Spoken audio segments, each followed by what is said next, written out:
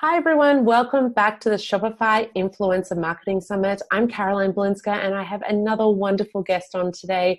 I am so excited to speak to Kaila. This is going to be such a great interview because she has just got a fabulous story. She's just done so much different stuff with herself. As you know, that the whole point of this summit is about getting as many different diverse influencers on to give you an insight into what they do and how they work with different e-commerce stores and how they can help you, or just so then you understand exactly what it's like working with different influencers. So Kaila is definitely someone who you need to check this out because this is going to be fantastic. I just know that we're going to get so much great information.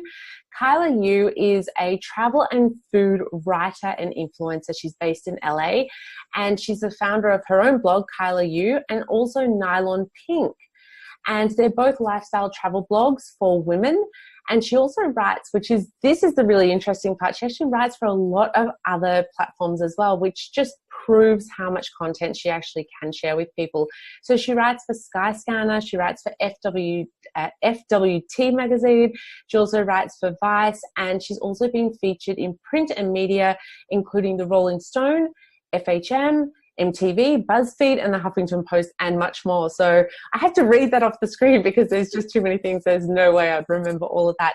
And she has got a combined social media following of over 530,000 followers. So that's why I thought it was really interesting to have someone like Kaila on today that can give us the insight from someone who's actually got a huge following, and we can find out how it changes from working with an influencer when Kaila was just starting out to how working with her is now. So let's get straight into it. Let's introduce her and say hello. So Kaila, great to have you here. Thank you for joining us.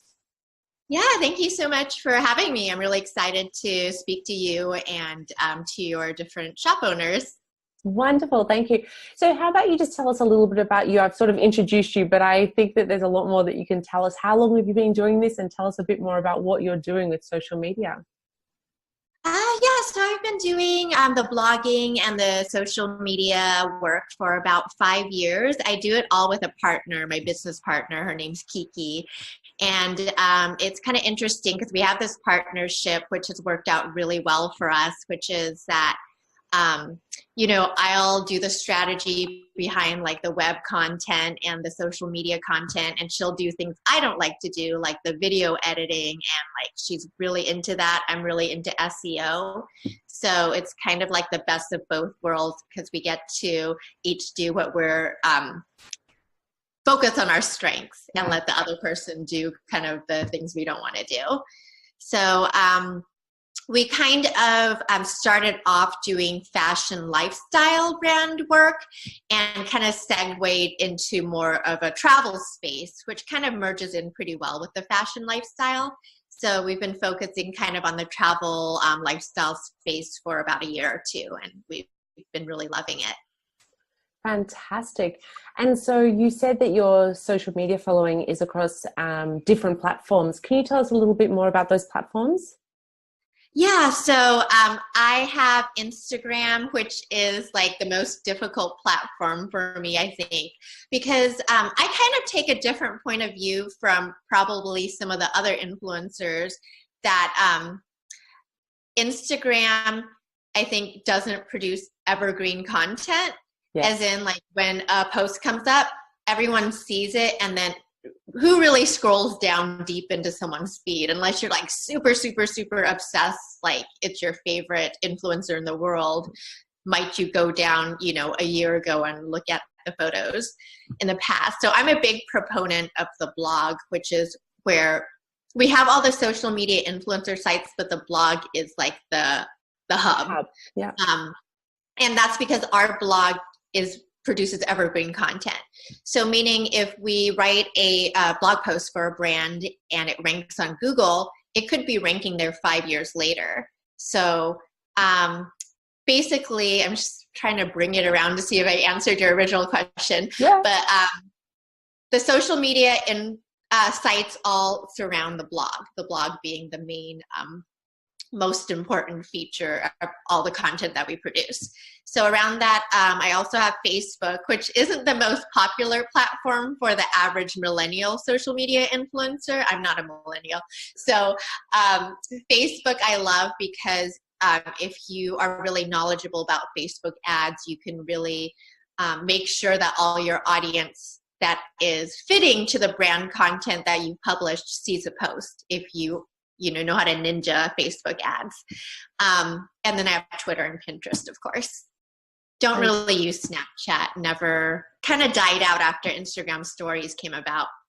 Yeah, exactly. No, it definitely did. And so Pinterest is an interesting one. I'd like to chat to you a little bit more about that today because that's not an area where a lot of people go to, but I know that it's definitely for fashion and travel. It's definitely a good one. So I tell a lot of my clients, stay away from Facebook as your first platform for advertising, go straight to Pinterest because there's a lot of people there. And I think from the influencer standpoint, and it's, I think for evergreen content, it's a really good place to be as well. Yeah. So we'll talk a little bit about that as well today. I think that's fantastic. So let's get into some questions. I know that I'm going to go down a little bit of I'm guessing a little bit of a rabbit's warren, that once we start getting into some of the things that you can talk about, we might go off a little bit of the track, but we have as much time as we need to have. So let's have a chat about, first of all, you've spoken about your niches, but what sort of products do you actually advertise? So you do lifestyle, but is there a particular type of lifestyle product that you promote? Well, we work with a lot of fashion brands. So anything, whether it be hats to different dresses or whatever. And we like to bring those brands with us to exotic locations and shoot them. And then, different beauty brands also fit along.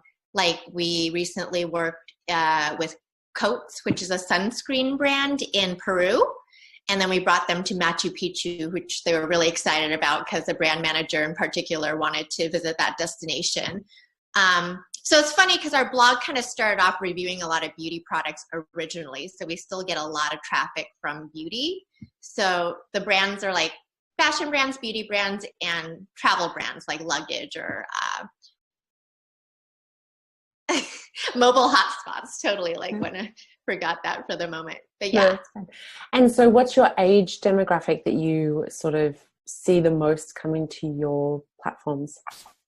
For our website, it's pretty millennial. So I would say 18 to 30 for the main traffic of the website. Cool. And how has it changed for you? I think this was a question that I really wanted, because I know a lot of people want to know this. How has it changed for you since you started out compared to now? So someone's working with you now, you've got 530,000 followers, and how it was before. So if someone wanted to, if they're sitting here listening and thinking, well, would I want to work with someone with a large amount of followers or a small amount of followers? How do you think that progress has made you better at what you do or different at what you do? And how's everything changed? Well, I think when you're starting off with, Instagram or Facebook or something, and you're building your following at first, when a brand first approaches you, when you're at 5,000 followers or 8,000 or 10,000, offering you a free product, you're super, super excited. And so I think that's kind of the difference at the beginning. You're trying to build your influence, so you're looking for brands to work with and you're willing to trade for products. And then as you gain influence and you know that your traffic can be highly beneficial to a brand, then you look for more of a collaborative approach rather than just purely free product. So say if we're working with a brand for like a paid campaign, it won't be just a single Instagram post, which you don't necessarily think is that valuable on its own. We'll package it in a whole deal. So it'll be a blog post with a video to promote it, with a Pinterest graphic that plays along with it. So it'll be a whole integrated campaign with different deliverables that will bring it the maximum traffic and visibility.